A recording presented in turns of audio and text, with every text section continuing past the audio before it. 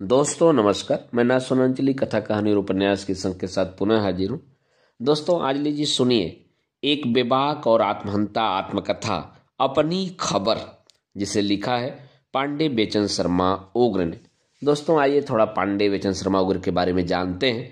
पांडे बेचन शर्मा उग्र का जन्म सन 1900 ईस्वी में चुनार जिला मिर्जापुर में हुआ था।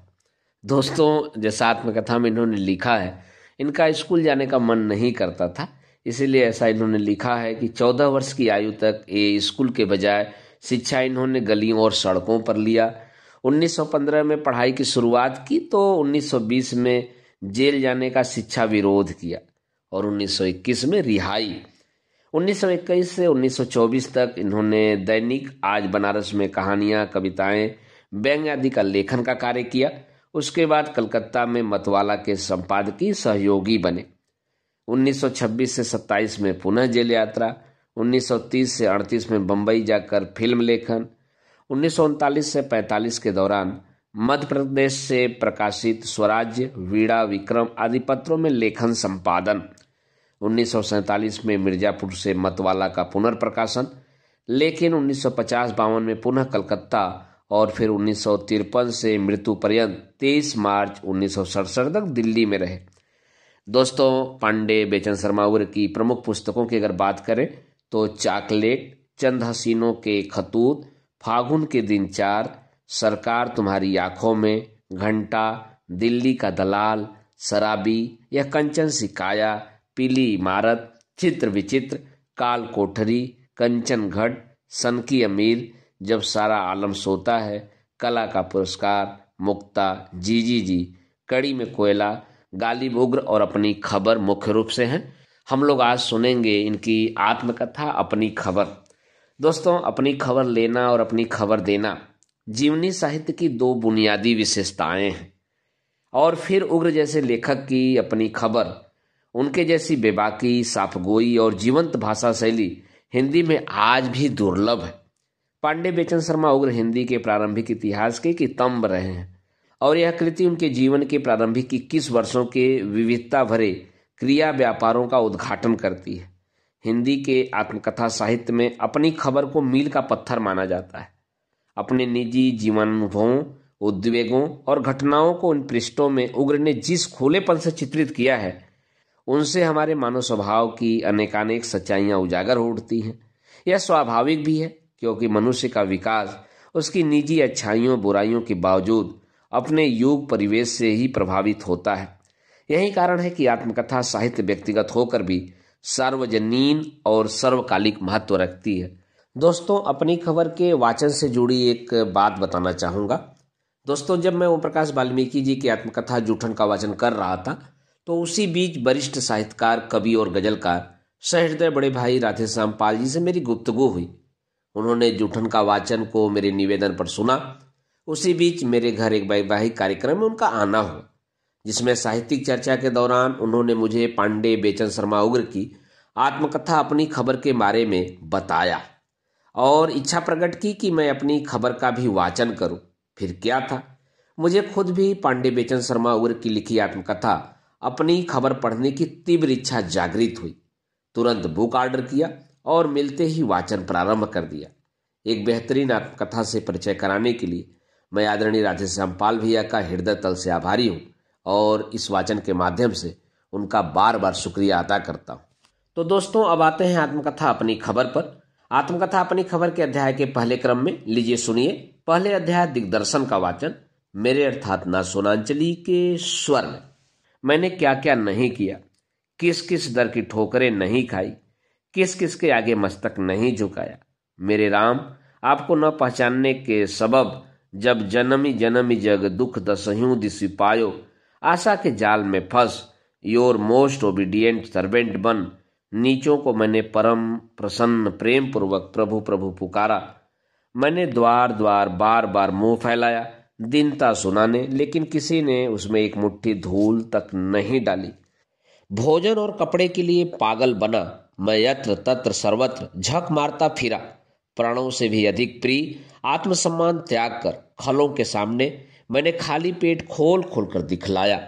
सच कहता हूं, कौन सा ऐसा नीच नाच होगा जो लघु लोभ ने मुझ बेशरम को न नचाया होगा, किंतु आह, लालच से ललचाने के सिवाय नात हाथ कछु नहीं लग्यो।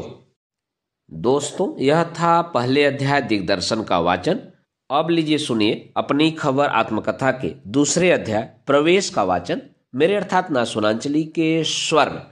चंद ही महीने पहले बिहार के विदित आचार्य श्री पूजन सहाय जी, जो पद्म भूषण हैं, आचार्य नलिन विलोचन जी शर्मा तथा श्री जैनेन्द्र कुमार जी मेरे यहाँ कृपया पधारे थे। साथ में बिहार के 2-3 तरुण और भी थे। बातों ही बातों में श्री पूजन सहाय ने मुझसे कहा, उग्र, अब तुम अपने संस्मरण लिख डालो। मैंने कहा, लिख तो डालो, लेकिन जीवित महाशयों की बिरादरी, अंधभक्त बिरादरी का बड़ा भय है। बहुतों के बारे में सत्य प्रकट हो जाए तो उनके यश और जीवन का चिराग ही लुप लुप करने लगे। कुछ तो मरने मारने पर भी आमादा हो सकते हैं। उदाहरणतः एक जगह वाल्मीकि रामायण सुंदरकांड की कथा में मेरे एक ऐसे मित्र भी उपस्थित थे जो हनुमान जी के अंधभक्त थे। लंका में मंदोदरी को रोती हुई देखकर हनुमान जी ने समझा सीता जी हैं। उनकी खोज सफल हुई और वह सहज बंदर की तरह प्रसन्न चंचल हरकतें करने लगे। आस्फोटया मास चुचुम्बम पुच्छम ननंद चिकिणीं चगो जगाम स्तंभावारोह पिन्नी पात भूमो निद दर्शनम स्वा प्रकृति कपि नाम। यानी हनुमान जी उत्साह से अपनी पूंछ चूमते हुए पटकने लगे। मारे हर्ष के वह चंचल चलने, उछलने कूदने, खंभों पर चढ़ने उतरने, स्वाभाविक बंदर लीला करने लगे। लेकिन कथावाचक के मुंह से अर्थ और हनुमान जी के लिए बंदर और पूंछ का प्रयोग सुनते ही वह अंधभक्त भड़क पड़े। यहां तक कि उस दिन की कथा ही हजरत ने भांग कर डाली। इसी तरह यदि मैं लिखूं कि दिग्गजाकार महाकवि निराला पर कलकत्ते के एक मुस्काकार प्रकाशक ने सन 1928 में बड़ा बाजार की अपनी दुकान में काठ की तलवार से कई प्रहार किए थे, ऐसे कि निराला भी हतप्रभ होकर प्रायः रोकर रह गए थे, तो सत्य की तह तक गए बगैर ही निराला भक्त सनसना झंझना उठेंगे। लेकिन घटना तो सही है, आचार्य श्री पूजन ने कहा। इसके बाद उपस्थित मित्रों को मैंने 2 संस्मरण सुनाए। पहला निराला जी पर एक प्रकाशक द्वारा आक्रमण, फिर उस प्रकाशक पर निराला जी का प्रहार, बीच में उग्र का उत्तेजक पाठ, और दूसरा निराला के पुत्र के ब्याह में लखनऊ में बत बढ़ाव में भरी मजलिस में किसी बहकते प्रकाशक पर एक दहकते समालोचक का आक्रमण, और उसके बाद का भूतनाथ की बारात वाला कोलाहल। साथ ही इस दुर्घटना के विवरण में वहां उपस्थित न होने पर भी उग्र की बदनामी। उक्त दोनों उदाहरण तो निराला विषयक है। मेरे खतरनाक प्राय जीवन में ऐसे कोलाहलकारी संस्मरणों की भरमार है, जिन्हें यदि रिकॉर्ड पर उतार दिया जाए तो संबंधित महानुभाव फरिश्ते नहीं आदमी नजर आने लगे।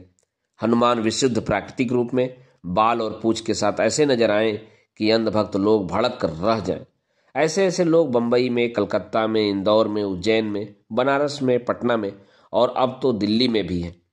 डॉक्टर जीकल, मिस्टर हाइड, बाहर समाज में सुवर्ण के भोले मृग की तरह दिखाई देने वाले अंतःकाल नेमी, जिन्हें मैं बहुत निकट से जानता हूँ।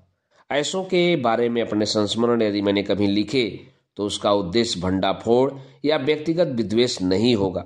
उद्देश्य होगा यह प्रमाणित करना कि कुछ सत्य ऐसे भी होते हैं जिन्हें कल्पना तक छू नहीं सकती। जैसे दिग्गजाकार निराला पर मूसकाकार पब्लिशर का आक्रमण कर बैठना। ये अपनी याददाश्त पब्लिक की जानकारी के लिए लिखने में आत्मप्रशंसा और अहंकार प्रदर्शन का बड़ा खतरा रहता है। ऐसे संस्मरणों में किसी एक मंद घटना के कारण अनेक गुण संपन्न पुरुष पर अनावश्यक आँच भी आ सकती है। मैंने आगे लिखा कि आज के संपादक बैरिस्टर श्री प्रकाश ने मेरी पहली कहानी बिना पढ़े ही कूड़े की टोकरी में डाल दी थी। इस एक ही वाकये से आदरणीय श्री प्रकाश जी को गलत समझना उजलत भी हो सकती है। बाद में श्री प्रकाश जी मेरी रचनाओं के प्रापर प्रशंसक रहे और आज भी मुझ पर तो उनका प्रसाद रहता ही है। इन संस्मरणों को पढ़ने पर किसी को ऐसा लगे कि मैंने निंदा या बुराई किसी की है तो यही मानना होगा कि मुझे ठीक तरह से लिखना आया नहीं। दूसरा तर्क यह कि आईने में अपना मुंह देख कोई यह कहे कि दर्पण तो उसका निंदक है, दुष्ट दोष दर्शक तो ठीक है। और अफसोस की बात है कि दर्पण अंधा पत्थर नहीं, देखता दिखाता दर्शक दर्शाता दर्पण है। मेरे प्रकाशक नाम से यदि मैं कभी अपने संस्मरण पब्लिशरों के बारे में लिखूं तो कम से कम 500 पन्ने का पोथा प्रचंड प्रस्तुत हो। महान मनोरंजन। मेरे बकायदा प्रथम पब्लिशर श्री पन्नालाल गुप्त नामक एक सज्जन थे। बनारस में नीची बाग में उनकी छोटी सी दुकान थी।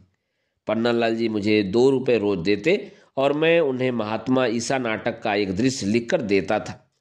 दूसरे प्रकाशक मतवाला के संचालक श्री महादेव प्रसाद सेठ थे, जिनकी मुख्य लत थी गुड़ियों पर आशिक होना।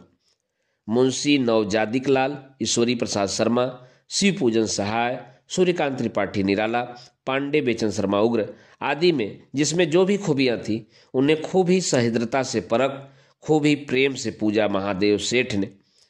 महादेव बाबू निराला जी पर ऐसे मुग्ध थे कि उन्हें गुलाब के फूल की तरह हृदय के निकट बटन होल में सजाकर रखते थे। अघाते नहीं थे। महादेव सेठ उदीयमान कवि निराला के गुण गाते। यह तब की बात है जब निराला को कोई कुछ भी नहीं समझता था। आज तो बिना कुछ समझे सब कुछ समझने वाले समीक्षक स्वयं सेवकों की भरमार सी है।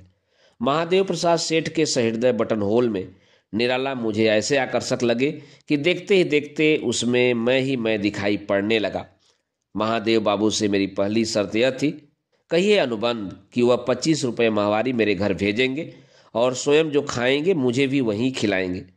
दूसरे दिन दोपहर में जब सेठ जी अंगूर खाने बैठे तब ईमानदारी से अपने अंश के आधे अंगूर उन्होंने मेरे सामने पेश किए। इस पर मासूकाना अदा से मैंने कहा, यह गलत है।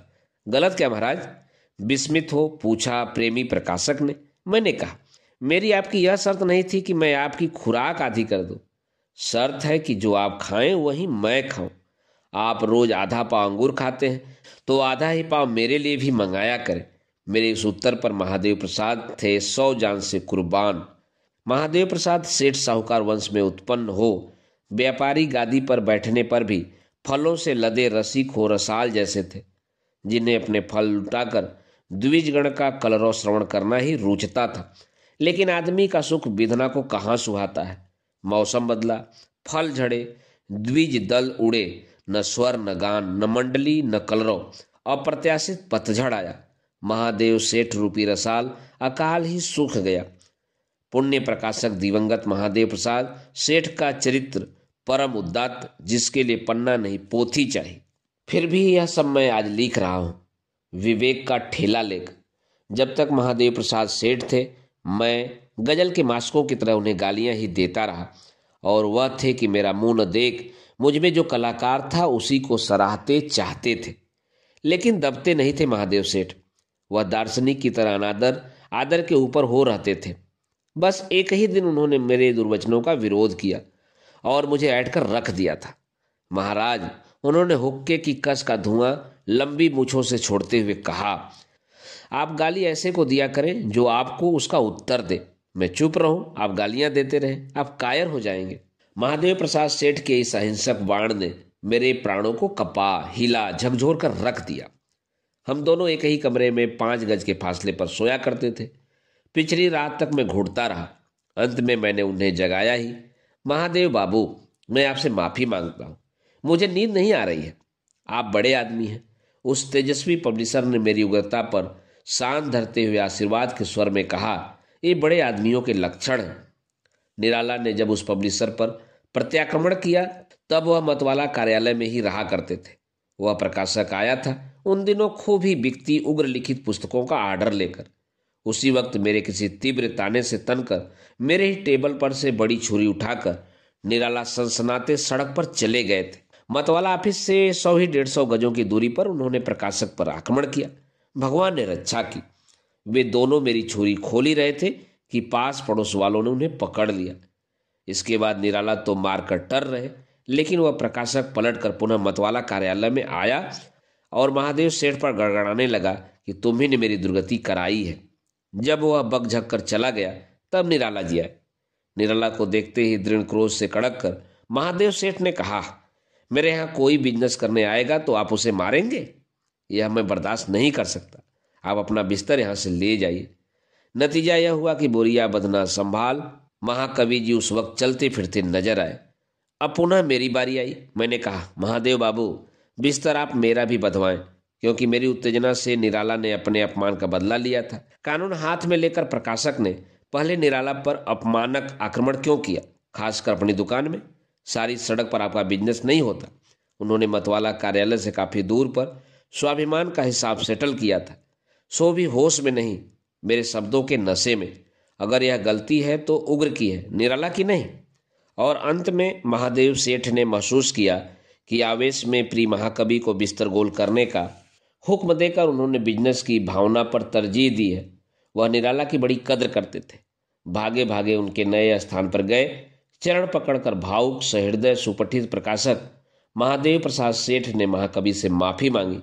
निराला ने मतवाला के दरवाजे पर आकर मुझे बुलाकर शाबाशी के लहजे में कहा, तुम मर्द हो। निराला व्यक्ति पर भी संस्मरणों की निहायत चुस्त पुस्तिका प्रस्तुत की जा सकती है, उस रंग की जिससे यह झलके कि वह धरती के हैं। हम ही आप में से सबके सिद्ध, न कि उस रंग की जिससे यह जाहिर हो कि वह आदमी तो हैं अपोलो और भीम जैसे, लेकिन न तो उनमें हड्डी है और न बाल, वही हनुमान जी बिना पूछ के। दोस्तों, अभी आप सुन रहे थे एक बेबाक और आत्महंता आत्मकथा अपनी खबर के दूसरे अध्याय प्रवेश का वाचन मेरे अर्थात नासवनांजलि के स्वर में। दोस्तों, अपनी खबर के अगले अध्याय का वाचन आप मेरे वाचन के अगले क्रम में सुन सकते हैं, तो सुनते रहिए और जुड़े रहिए। धन्यवाद, नमस्कार।